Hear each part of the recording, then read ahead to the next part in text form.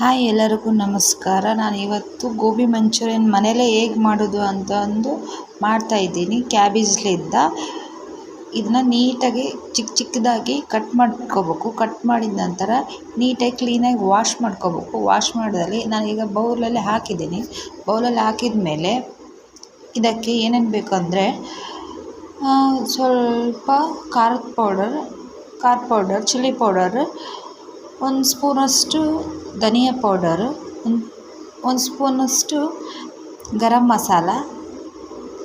ಮಸಾಲ, ಆಮೇಲೆ ಒಂದು 4 ಸ್ಪೂನಷ್ಟು ಕಾರ್ನ್ಫ್ಲೋರು. ನಾನು ಸ್ವಲ್ಪ ಮಾಡ್ತಿದ್ದೀನಲ್ಲ ಅದಕ್ಕೆ ಚಿಕ್ಕದಾಗಿ ಹೇಳ್ತಿದ್ದೀನಿ. ಸ್ವಲ್ಪ ಕಾರ್ನ್ಫ್ಲೋರು, ರುಚಿಗೆ ತಕ್ಕಷ್ಟು ಉಪ್ಪು ಹಾಕಿ ಇದನ್ನು ನೀಟಾಗಿ ಸ್ವಲ್ಪ ಮರ್ಜ್ ಮಾಡಬೇಕು, ವೆಲ್ ಮಾಡಬೇಕು.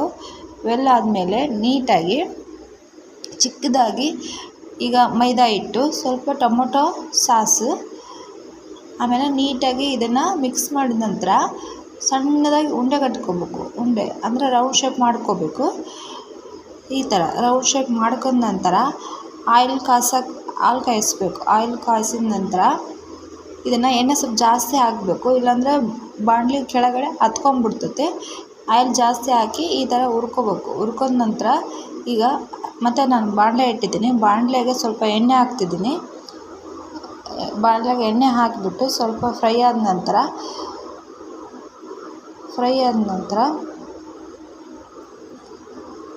ನೋಡಿ ಈಗ ಸ್ವಲ್ಪ ಬಿಸಿಯಾಗಿದೆ. ಬಿಸಿಯಾಗಿದ ನಂತರ ಇದನ್ನು ನಾನು ಈರುಳ್ಳಿ ಮತ್ತು ಗ್ರೀನ್ ಚಿಲ್ಲಿ ಮತ್ತು ಅಲ್ಲ ಬೆಳ್ಳುಳ್ಳಿ ಪೇಸ್ಟನ್ನ ಹಾಕ್ತಾಯಿದ್ದೀನಿ. ಹಾಕ್ಬಿಟ್ಟು ಇದನ್ನು ಈ ಥರ ಫ್ರೈ ಮಾಡ್ತಾಯಿದ್ದೀನಿ. ಟೊಮೊಟೊ ಕೆಚಪ್ಪು, ಇಲ್ಲಾಂದರೆ ಟೊಮೊಟೊ ಮಿಕ್ಸಿಗೆ ಹಾಕ್ಬಿಟ್ಟು ಹಾಕ್ಬೋದು. ಈಗ ಕಾರ್ನ್ಫ್ಲೋರ್ ಹಾಕ್ತಿದ್ದೀನಿ. ಕಾರ್ನ್ಫ್ಲೋರ್ ಸ್ವಲ್ಪ ಹಾಕಿ ನೀರಲ್ಲಿ ತೆಳ್ಳಗೆ ಮಾಡ್ಕೊಂಡು ಹಾಕಬೇಕು, ಮತ್ತು ಅದರಷ್ಟೇ ನೀರು ಹಾಕಬೇಕು. ಮೇನ್ ಹಾಕಬೇಕು. ಹಾಕಿದ ಮೇಲೆ ಚೆನ್ನಾಗಿ ಫ್ರೈ ಮಾಡ್ಕೋಬೇಕು. ಫ್ರೈ ಮಾಡ್ಕೊಂಡ ನಂತರ ನಾನು ಈ ಥರ ಉಂಡೆ ಕಟ್ಟು ಉಟ್ಕೊಂಡಿದ್ನಲ್ಲ ಅದರಲ್ಲೇ ಹಾಕಬೇಕು. ಹಾಕಿ ನೀಟಾಗಿ ಕಲಿಸ್ಕೊಂಡು ಈ ಥರ ಬಂದಿರೋದು. ನಾನು ಚಿಕ್ಕದಾಗಿ ಸ್ವಲ್ಪ ಮಾಡಿದ್ದೀನಿ. ಇಷ್ಟು ನನ್ನ ಮಗಳಿಗೆ ಕೊಡ್ತಾಯಿದ್ದೀನಿ. ನೋಡಿ ತಿಂತಾ ಇದ್ದಾಳೆ.